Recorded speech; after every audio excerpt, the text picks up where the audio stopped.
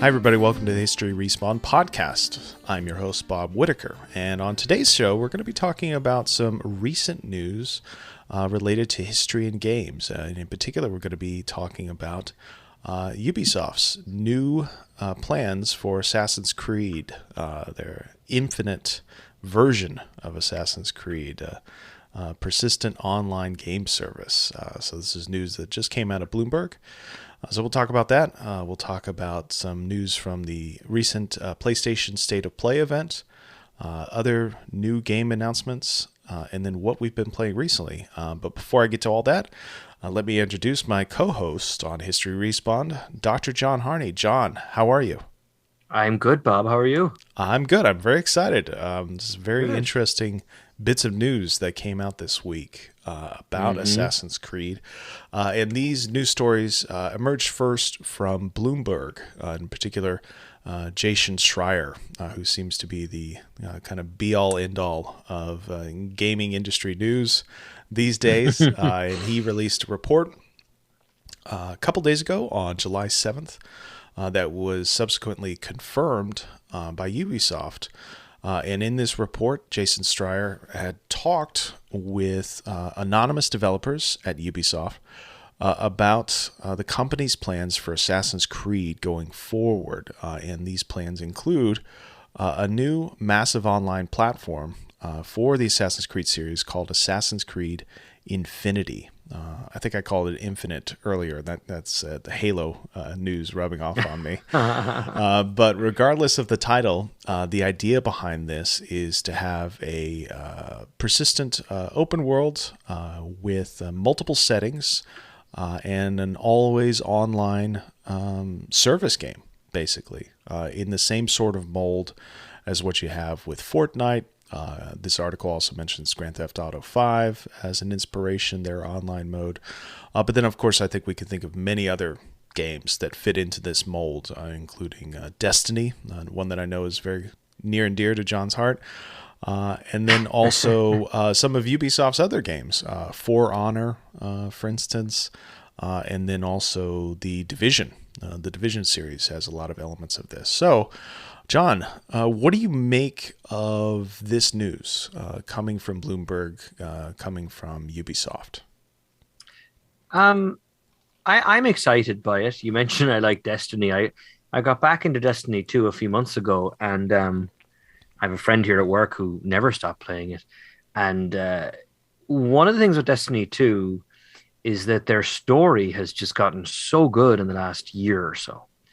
And so I think I understand the frustration. Well, some people are concerned about, does this mean stepping away from story? Because a lot of people like that quote unquote single player experience in the story thing. And I think that Destiny 2 and other games have shown that doesn't have to be the case. It does raise an interesting question of why even do this? You already have 100-hour single player games. I wonder a little bit. I think back to Blizzard's Project Titan, if anyone remembers what that was. That was for years, that was going to be the World of Warcraft sequel, and it just kind of didn't happen. And so, part of me wonders about that. And then finally, it's kind of like, I don't know, part of me also thinks, it fits into different corporate strategies. If you look at Ubisoft Connect, which I am currently subscribed to, which is a great way to get lots of access. It's great for us, actually. It's like, I want to do the DLC for Phoenix Immortals Rising. I don't really need to buy that game. I'll pay $15 this month and I can play the game. So I guess it makes sense in a corporate strategy, but also if they're trying to recreate Westworld from the modern HBO series, where like I have this vision of like your Assassin's Creed character will go from the medieval Japan world to the to the Viking world, the other world. So excited broadly, but what also like I don't know. I guess we have to see. Like, oh, what do you think, Bob? I mean, I'm not saying it's too early to tell exactly. I'm just kind of tentatively excited. How do you feel about it? I think it makes a lot of sense in what's happening to games more recently. I mean, I think we've seen this push because of Fortnite, because of things like Destiny, Grand Theft Auto Online, etc. I think it is a move that makes a lot of sense in that regard. Also, the Schreier article coming from Bloomberg, which, if you don't know, Bloomberg is kind of financial news based in New York City. So it's really focused on things that would be of value to shareholders, for instance. And it makes a note here, midway through the article, about how GTA 5 has really helped Take-Two Studios, increase their shareholder value. It says, 42% increase in shares in their value over the past year just from GTA Online. And then over the same period, it contrasts that with Ubisoft and their shares, and their value has remained flat, right? So this is kind of inferring that Ubisoft is looking at the situation, looking at the landscape of games, and saying to themselves, we really need to get into this type of market. And I would say Ubisoft is really well placed to do so. I mean, they've tried this out with For Honor. They've done it with The Division. They know how to do that kind of work, and I think they've been relatively successful in that regard. I think when, something like For Honor came out, when the first Division came out, there was kind of a very tepid response, but then over the years, they've managed to, maintain support for those games and offer up things that are worthwhile to players who stick with those worlds, with those games. And so to think of, that as maybe kind of training for the changes they want to do with Assassin's Creed, I think that makes a lot of sense. However, from my perspective as a longtime player of Assassin's Creed games, I'm really disappointed by this news, mostly because I'm very skeptical about this news with regards to storytelling. I hear what you're saying about Destiny, but from my perspective, I feel like this is going to get us further and further away from the type of gameplay that I really enjoyed with kind of the original Assassin's Creed trilogy, with AC Brotherhood, with Assassin's Creed 4, Black Flag, those kinds of games. I feel like this move gets us further and further away from that kind of narratively focused single player experience. Now, it could be the case, like you said, where it's kind of a main hub world and they create individual stories or seasons that are focused narratively on, different historical eras. That could be the case. But I just feel like I look at this and I say, this is going to be just kind of a open world experience without much narrative and a lot of persistence quests, procedurally generated quests that come up and you do, and there's not much interest beyond the combat and beyond, kind of like, what do they call them? Emotes and, interesting kind of, artwork and stuff that your character, your NPC, your avatar can wear. So I don't know. I'm very skeptical about this news. Well, I think, I get that. I do. I think I'm old dad gamer here. Well, I think it's interesting because I think it makes a lot of sense strategically they do this, because if any company was in the video game development space, was like the closest anyone is to being immune. Ubisoft is the closest anyone is to being immune to like a flop of a game, commercially speaking. But of course, nobody actually is immune. And, Cyberpunk 2077 last fall had catastrophic, shocking technical shortcomings, like to the point, like unbelievable it actually came out. But although I liked that game, I liked parts of that game. If anything, the technical shortcomings saved them from what would have been an absolute critical disaster. I think, or not even a critical disaster. I think players would have bounced off it very quickly. And then the other part of it is, you're always in these situations where the thing about a service game is that your teams are always working. But I think there's huge benefits to that, because there's none of this turning the ship around, laying people off, rehiring them 3 months later, setting up new teams, yada, yada, yada. The cost you give that maybe they don't care about, but that you care about, and that I care about too, is that like you are going to lose a sense of like, we're doing something different. Like the Origins, Odyssey, Valhalla trilogy, or maybe it'll become a quadrilogy if there's another game before 24.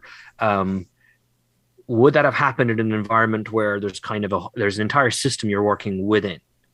Oh, you want to do a cool new thing? Well, this is how we do those. the next two seasons are taken up. You have the season after that. So I think there's a lot. I think those concerns are entirely valid.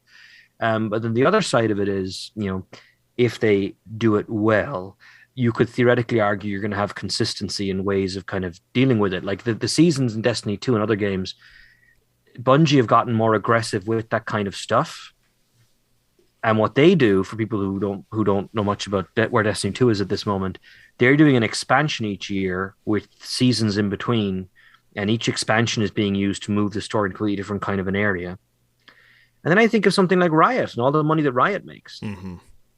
League of Legends is a free game, and so that what I find, sadly, well, I don't know, for you and me it's sad. I don't think people younger than us care, but the idea that like paying for a game once and you're done, like that's dead. Yeah. And I must admit, I'm at the point now where like if I enjoy a game and play it a lot, I'd happily throw $20 at them every 3 months rather than pay $70 for a game I might decide I hate 3 hours in. Yeah. So I've become part of the problem. That's what I'm saying to you, Bob. And then that, of course, that's what. So I think it raises, and I think you either said this to me in a tweet, in a text, or maybe somebody on the History Respawn Discord brought this up. But there's clearly, it wasn't me. It was either you or somebody in the Discord.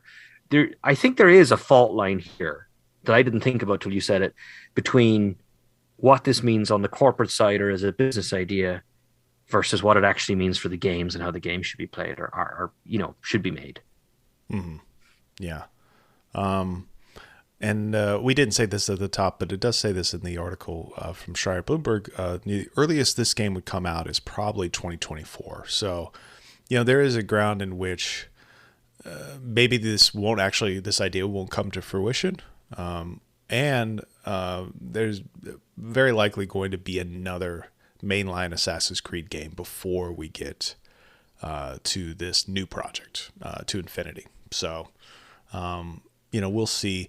One of the other things I wanted to mention about this game, a couple of things. First thing is that out of this news from Ubisoft, it emerged that Clint Hawking is going to be one of the creative leads on this game. And that name should be pretty well known, probably to the listeners of the show. Clint Hawking is a longtime game developer, been responsible for a lot of interesting, if not necessarily hugely commercially successful games. He was the kind of creative lead for Far Cry 2, which, is one of these games that received a lot of criticism once it came out, but now it's become kind of a critical darling, something, you would study at a game development class, for instance.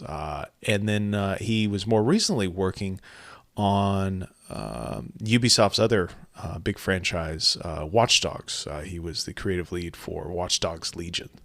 And so that's a game that I've been playing a little bit here and there, and it does take some chances when it comes to game design, particularly with the treatment of NPCs in that game, playable NPCs. And so I think having his name attached to this project is really interesting because he's somebody who, over the course of his career, takes a lot of interesting chances on games. And so, having him attached to this actually makes the project much more interesting to me, I think, than it would have been otherwise, So that's good. And then the other thing is that this Bloomberg story, because it's speaking anonymously with developers within Ubisoft, it also brings up the ongoing topic of abusive behavior by senior managers and others at Ubisoft. And so this article provides a really useful update to that story, talking about the ways in which Ubisoft is attempting to use an internal board in order to review these cases. And it's making the claim, this internal board is making the claim that they have vetted all the remaining claims of abuse, and anybody who's still with the company at this point has already been vetted and has already been investigated by the company, and they're satisfied with that investigation. But these anonymous sources within Ubisoft are saying that those investigations haven't gone far enough, and that there's still problems that remain. And what's interesting is that as Ubisoft has been forced to make this announcement, there's some news that's come out in this article, but then also in others about some of the difficulty that Ubisoft has had recently in keeping some of their talent, partly because of these plans related to Assassin's Creed and the kind of work that's going to entail, but then also because of the lack of disciplinary action on senior leadership at the company.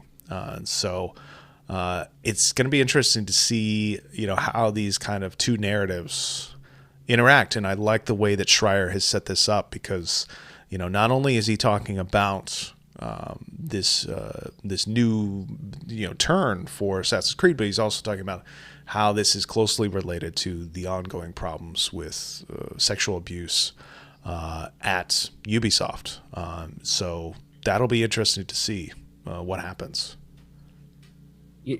Something I really admire Schreier for is that he fundamentally understands that making video games is work. I know that we all know that. What I mean is that I haven't read his new book yet. I've heard very good things about it. Apart from the very obvious moral issues of, I was going to say bad behavior sounds like a euphemism. It's not meant to be. I mean, apart from the very clear moral issues of people behaving deeply inappropriately, people have to come together and create something. And it's all well and good for Clint Hawking or anybody else to be really ambitious and everything else. These things are hard to do. I think I mentioned Destiny one more time. That game works. that entire game is built around the fact that it's old school Halo shooting, right? League of Legends is entirely built around a 5v5. It's effectively pickup game type vibe. That's the point of League of Legends. That's it. There is nothing else to League of Legends. When I play an Assassin's Creed game, personally, I'm really playing it for the exploration. And sometimes for some of the story beats and some of the interactions and stuff. I've never been the biggest combat guy in Assassin's Creed games, not my cup of tea. So what do you hang your hat on for a game like that? Now, the objective they have to figure out the next couple of years is, they have to find the answer to that to make it work. I'm sure they know that Assassin's Creed combat isn't good enough to pull this off on its own. Or, that's not why people are playing the game. So I bring all this together, and the reason Shari mentioned that in that article, it's not just, and of course we all know this, he's not just bringing it up to remind everybody. It's essentially these things are connected. Mm-hmm. Like if you're trying to get something done as a team, and there's people in the team, especially important people in the team, who either haven't answered for something they should have answered for, or things aren't clear of what's happening, or worse, there's a risk that abuse could continue. How do you go into this massive, potentially not industry, potentially medium changing game, which is probably what I'm sure Hawking is trying to do. That's what he's always trying to do. I love Clint Hawking. I love that he wants. I love his ambition. That's awesome. I love his ambition. Yeah, me too. Yeah. But it could be, right? I mean, if there was going to be a game that could tell the entire video game medium, hey, we do this now, Assassin's Creed could pull that off. Yeah. And you're not going to pull that off if people aren't pulling in the same direction, or if there's a risk that people aren't going to be treated the way they deserve to be treated. So exactly. Those things are connected, Exactly. Yeah, exactly. You were exactly right. And so, this is something we keep bringing up. And, obviously when it comes to content numbers, Assassin's Creed does the most amount of work for History Respawn and a bunch of other YouTube series / podcasts. But at the same time, I think you've got to keep in mind that these are ongoing issues, and beyond just the interest in the game series and where it's going, you also have to be interested in the people who are doing the work and the kind of abuse and sacrifices that they are having to make. And, when one of those things is way out of whack, then it's going to have a huge influence on the type of content we see, as well as a huge influence on, kind of the ways in which game development is changing over the course of the last few years. I mean, it's amazing to me, and you mentioned this, that how much games coverage has changed over the past 3 or 4 years, where we've got Schreier, we've got other writers who are treating game development as something that's being done by human beings, right? And exactly. Not just kind of faceless entities. I can remember when I started following games and the games industry really closely back in 2008, 2009, people would talk about EA, or they would talk about Xbox, and just kind of these general terms. They wouldn't talk about the people responsible for those games, and I feel like the narrative has completely changed, and I think that's a really, really positive development. So, yeah. Yes, definitely. All right. Well, I think that does it for Assassin's Creed Infinity. We'll wait to hear more about that, and wait to hear more about these abuse cases at Ubisoft as well. I'm sure there's going to be more to come with that, unfortunately. And we'll see what happens with that. But in some other news, we had this week also a PlayStation State of Play event. And I bring this up because the kind of big topic at this State of Play event was the game Deathloop, which is being published by Bethesda and developed by Arcane Studios. Now, if you're not familiar with Deathloop, this is kind of an interesting game, not only in its content, but then also in its development. This is a game that Bethesda is publishing on the PlayStation 5 and Windows, and this could be the last Bethesda game that comes out on a PlayStation platform. They had already signed an agreement before Bethesda was bought out by Xbox. And so this could be the last Bethesda game that appears on a PlayStation. And then also it's interesting, I think, for listeners of History Respawn, because this is being developed by Arcane Studios, which is also responsible for the Dishonored series. Dishonored, one of these games that we really should cover for History Respawn. Yeah, definitely. That basically puts you in the role of a master assassin, or what is it, a princess / master assassin in the second game, but puts you in this kind of very Dickensian Victorian setting, with issues of racism, issues of industrialization, issues of pollution, colonialism, and then also wrapped into that kind of the occult and magic and stuff. So really interesting setting, really interesting game series that we should really cover for History Respawn. But Deathloop is a time loop game in which you are playing an assassin.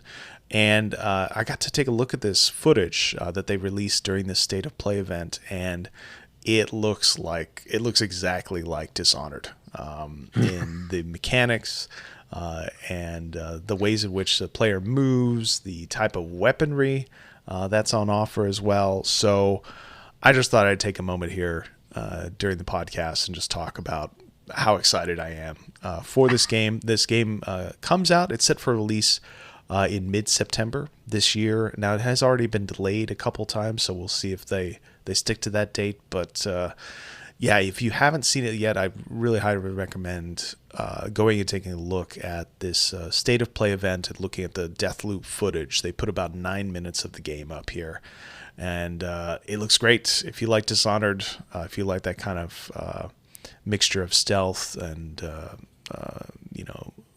arcane weaponry and stuff like that, it's really, really cool. It's also got a real kind of not Art Deco exactly, but a kind of a 1970s vibe to it. Yeah. Which I like. The 70s, which, at one point was the less cool sibling to the 60s, but is now rightfully seen as the kitsch masterpiece that it is. Just lots of like leather jackets and cool looking people. And I'm doing this thing. I don't usually do this. I'm kind of scared to watch the 9 minutes because I kind of want to just play it. I think I'm definitely going to play this when it comes out. So I'm kind of thinking maybe I'll try and I've seen enough of it to be really excited.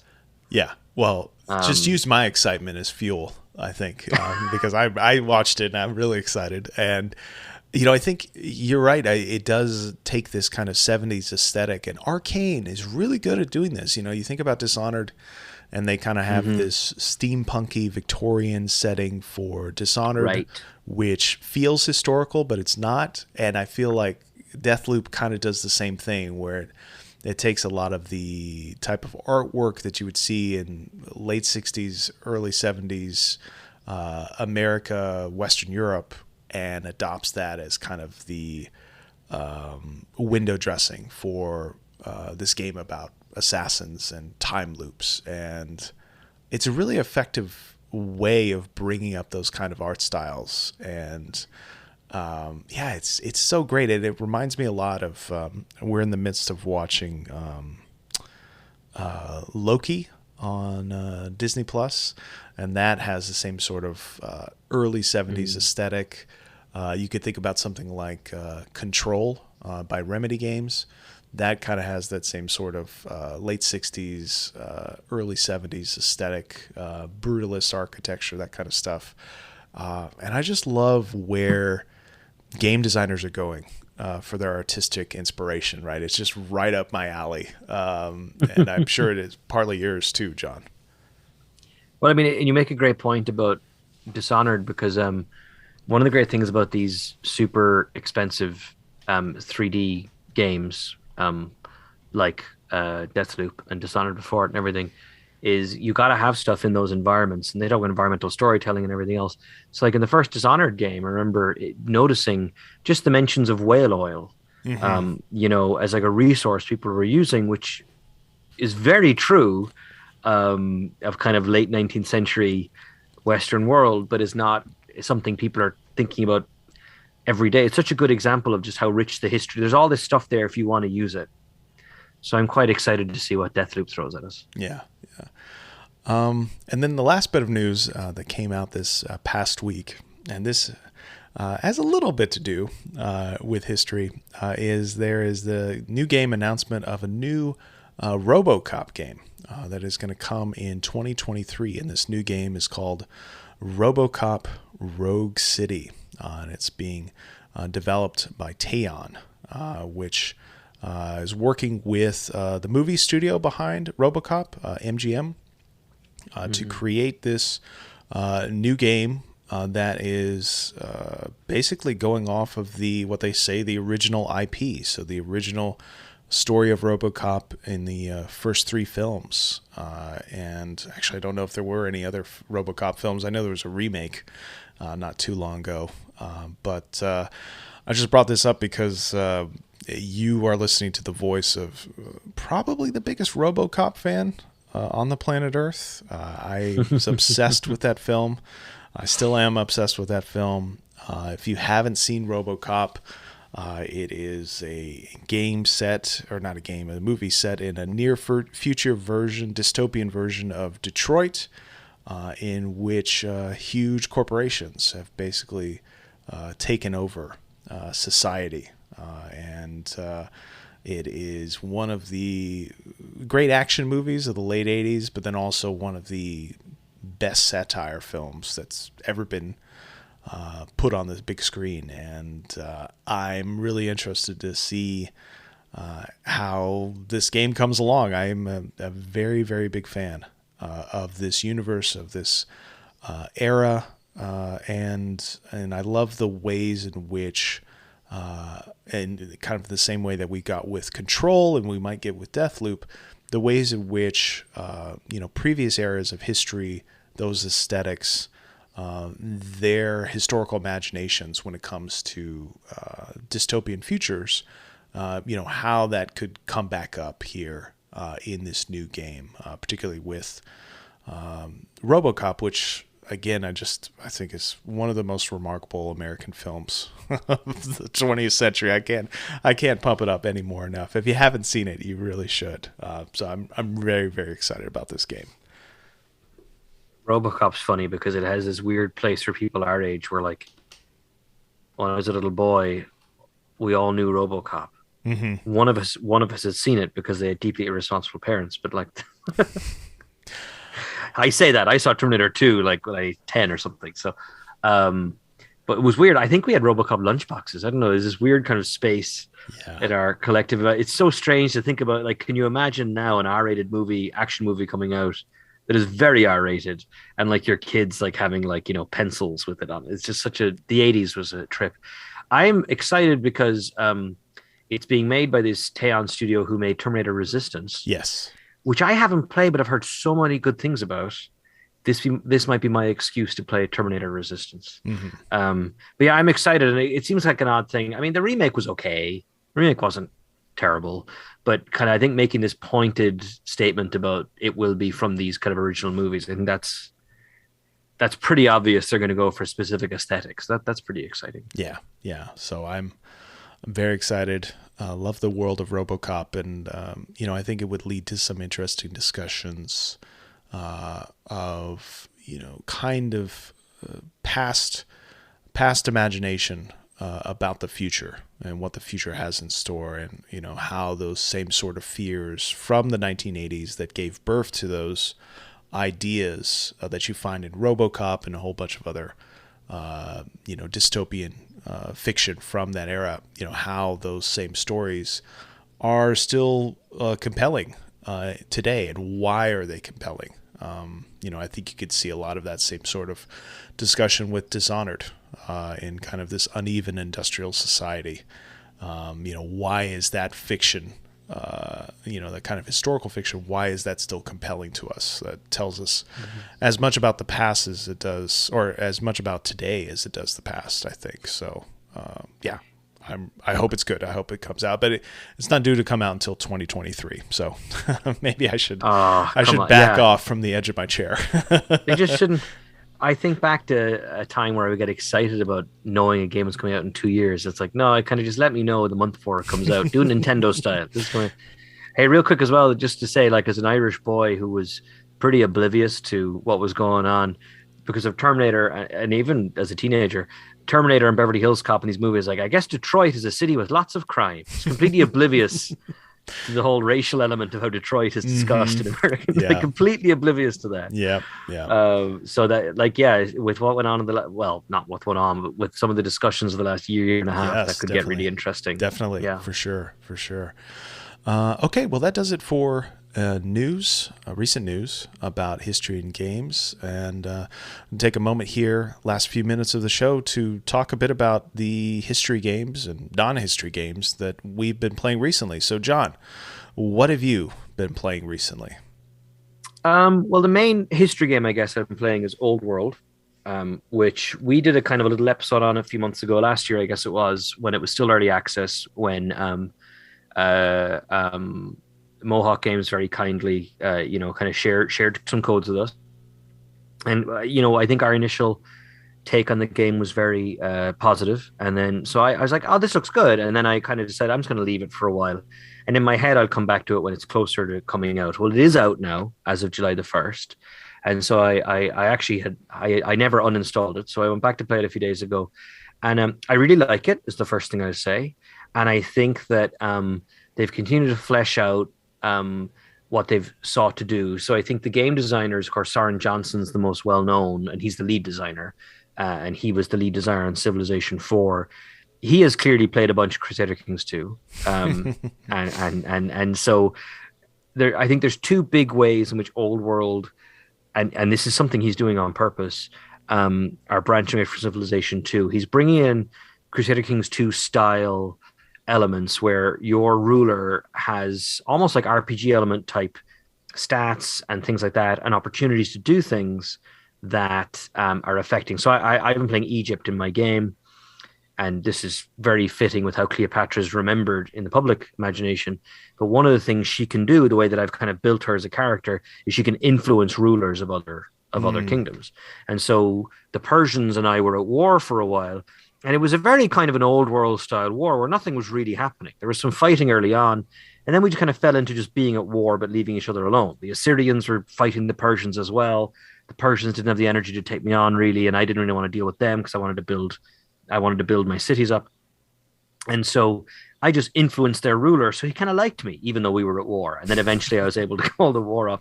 And so things like that I think work really well. And it's interesting because some of the reviews have kind of bounced off that a little bit and found it frustrating, because then, like Crusader Kings 2 game, that means it might just not go well. And it also means that when your powerhouse leader turns 73 and dies, and her son's a bit feckless, you gotta suck it up for a few turns.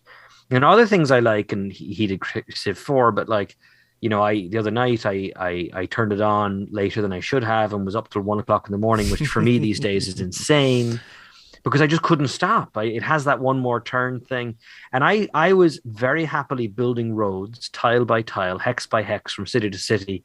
The newer Civ games have taken it out of your hands. I love it. I love building my own roads with workers who don't disappear after three things. They're there, you know? Yeah. And I love that. So even, I mean, the game is a lot more than, I want to be very clear, the game is a lot more than this.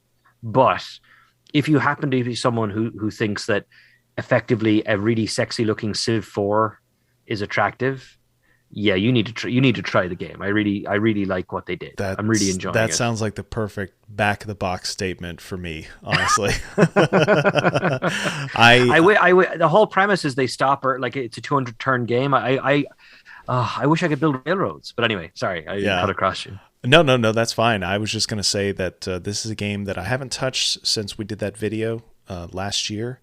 And so I'm really excited to get back into it. And, I think the idea of, having a game that's a cross between Civ 4 and Crusader Kings 2, that sounds perfect. So I'm really looking forward to it. We are definitely at History Respawn. We're going to definitely cover this game in some way. I don't know how. We might just do an episode with the two of us, John, just talking over kind of the mechanics of it. And then we might do one with a historical expert in this era of history. So I don't know. What do you feel like?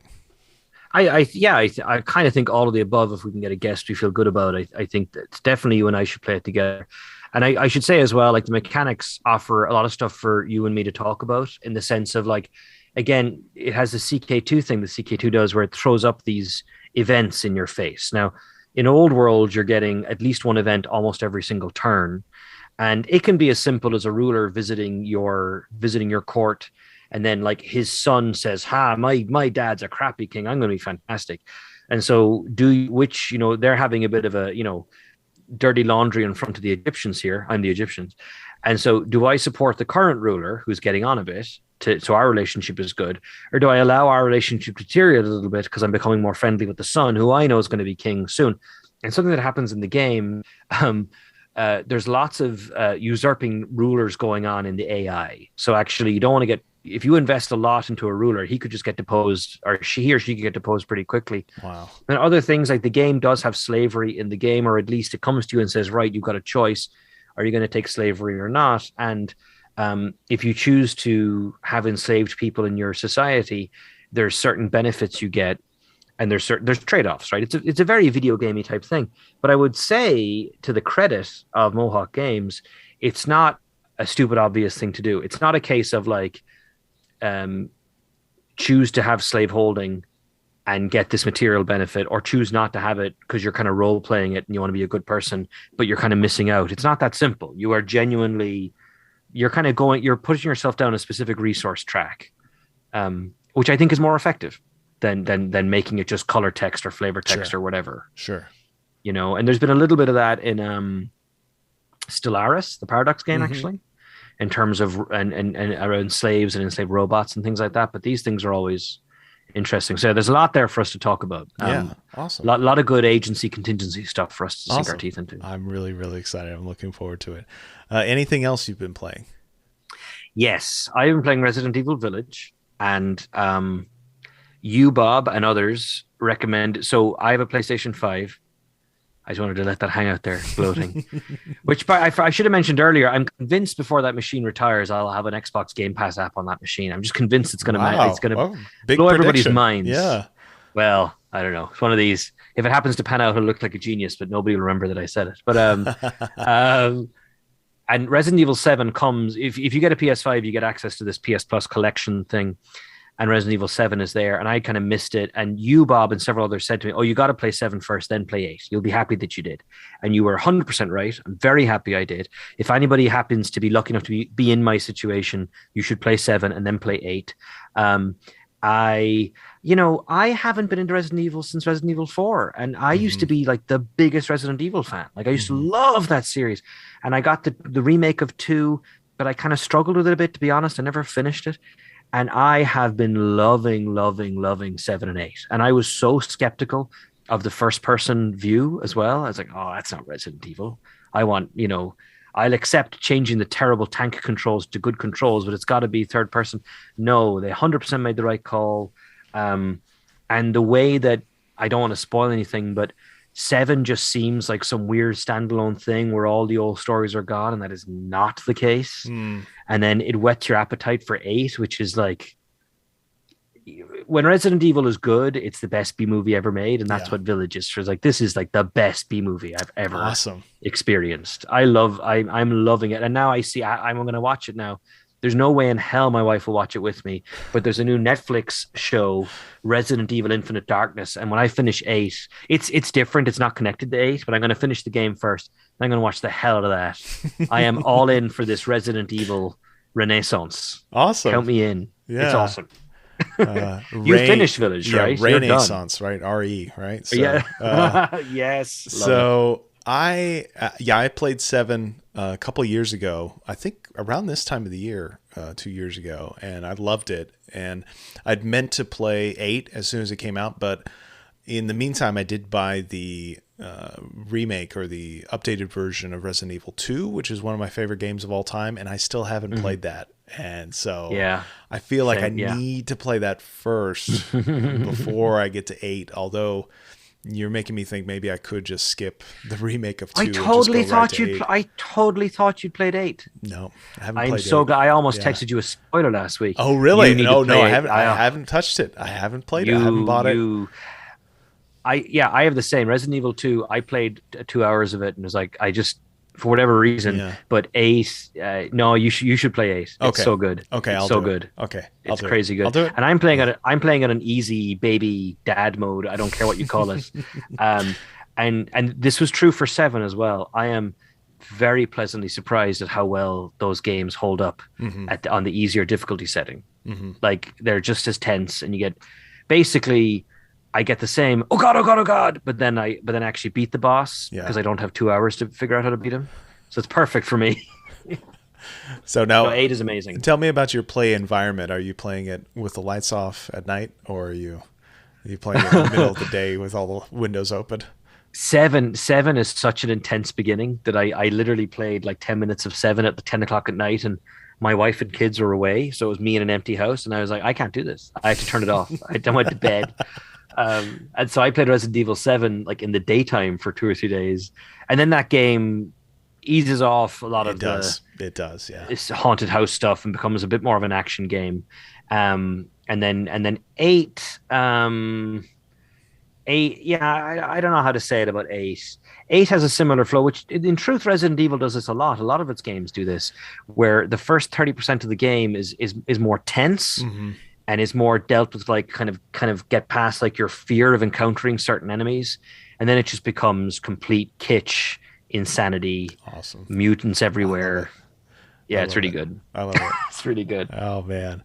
Well, now I really want to play it now so I can talk to you about it, because I really enjoyed 7 a lot, and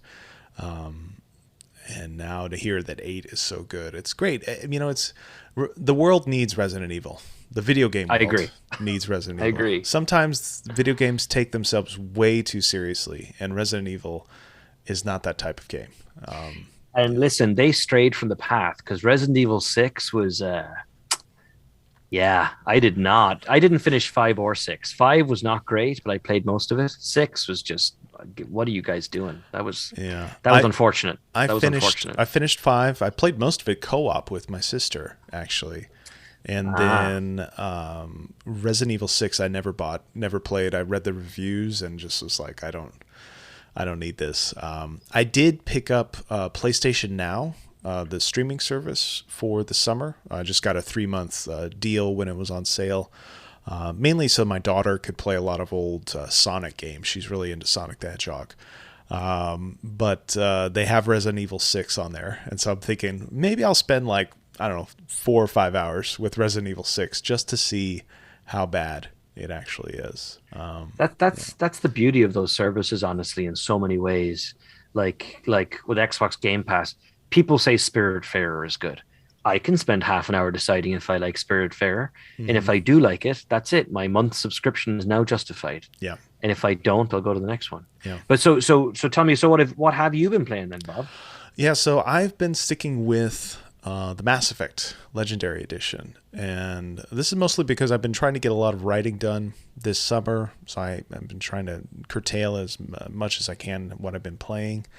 And then also, we recently went on a family vacation to Disney World in Florida. So I haven't had a lot of time to play anything. Like a silly idiot, I took my Switch with me to Disney World thinking I have time to play it. And we were so exhausted at the end of the day that I never had time to pick it up. But Mass Effect 3, I have stuck with. I've been playing it on PlayStation 5. And I finished Mass Effect 1, I think at the end of May, maybe early June, and then Mass Effect 2 I finished mid-June.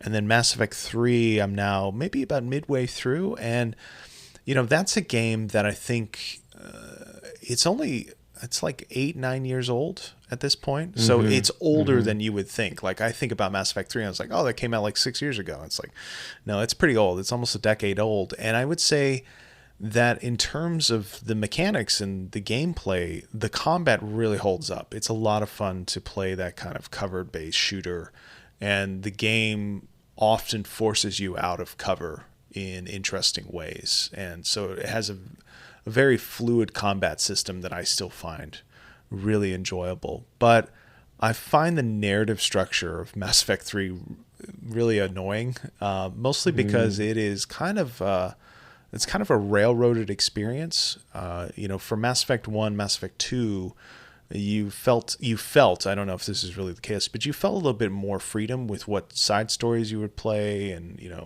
when you would play them. Whereas in Mass Effect 3, there are certain narrative events that occur that once they occur, they can cut off certain storylines, right? So they can cut off certain side stories or side quests that you can do. And so it's kind of a railroaded experience, and it's much more of a one-track experience than I remembered. And another thing that I think is really interesting about Mass Effect 3 is the way that Shepard, your player character, collects side quests.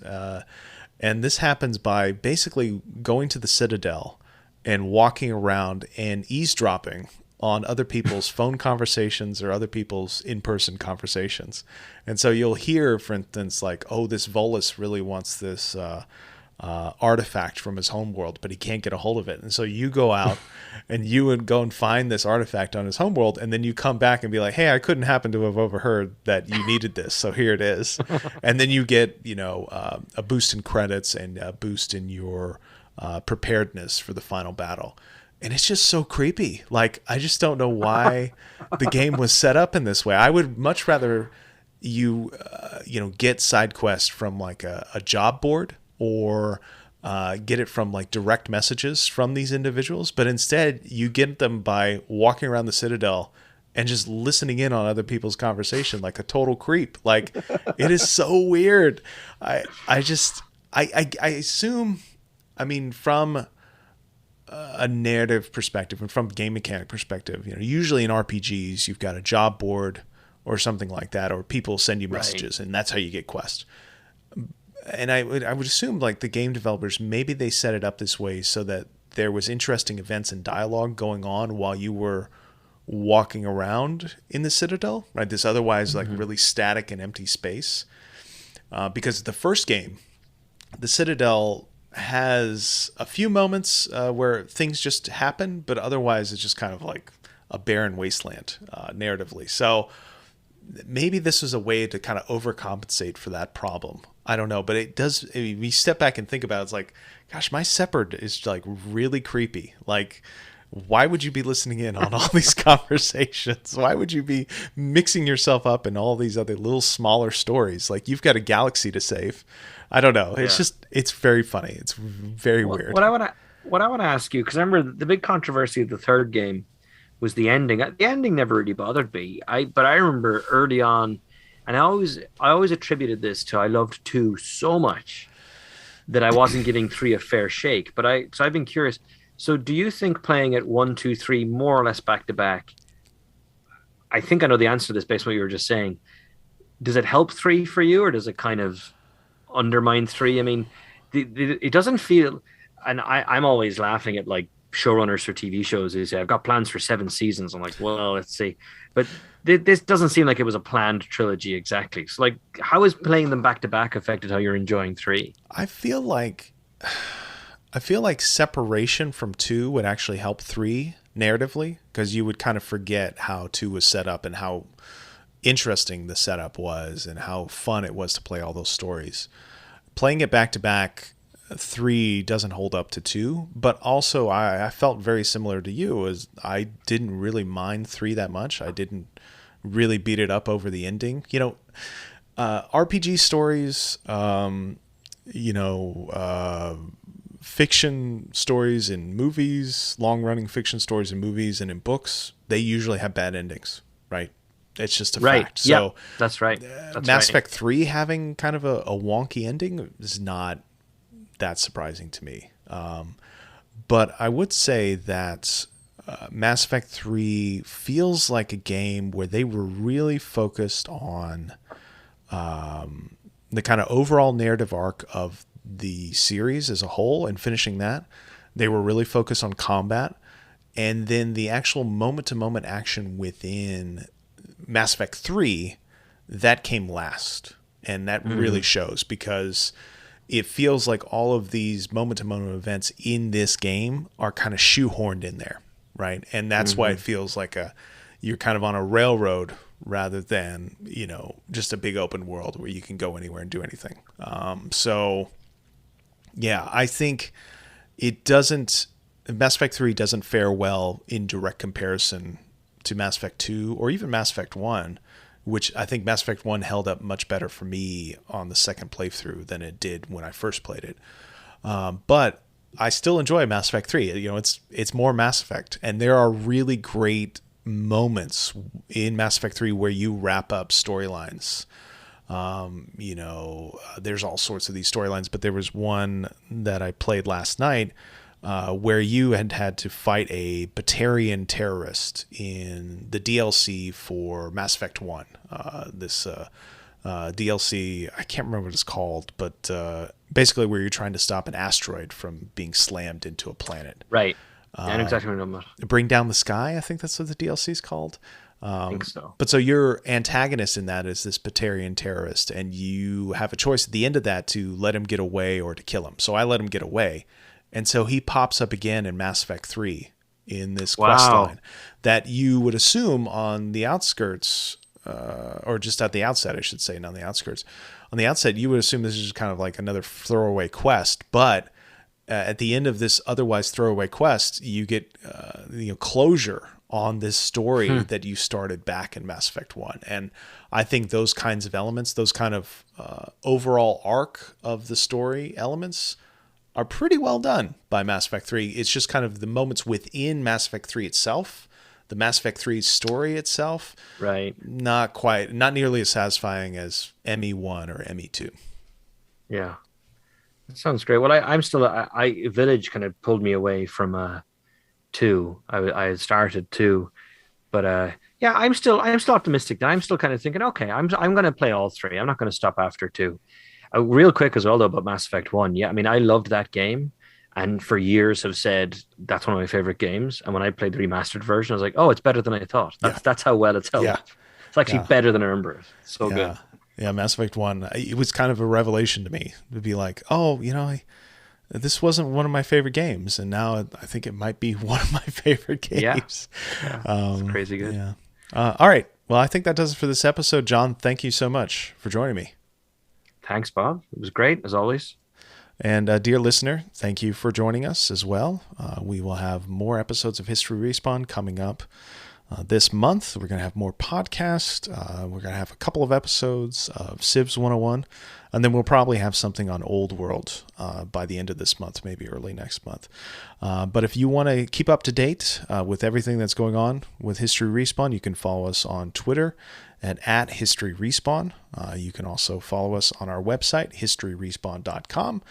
And if you're interested in learning more about the show and supporting us, please visit our site on Patreon at www.patreon.com/History Respawn.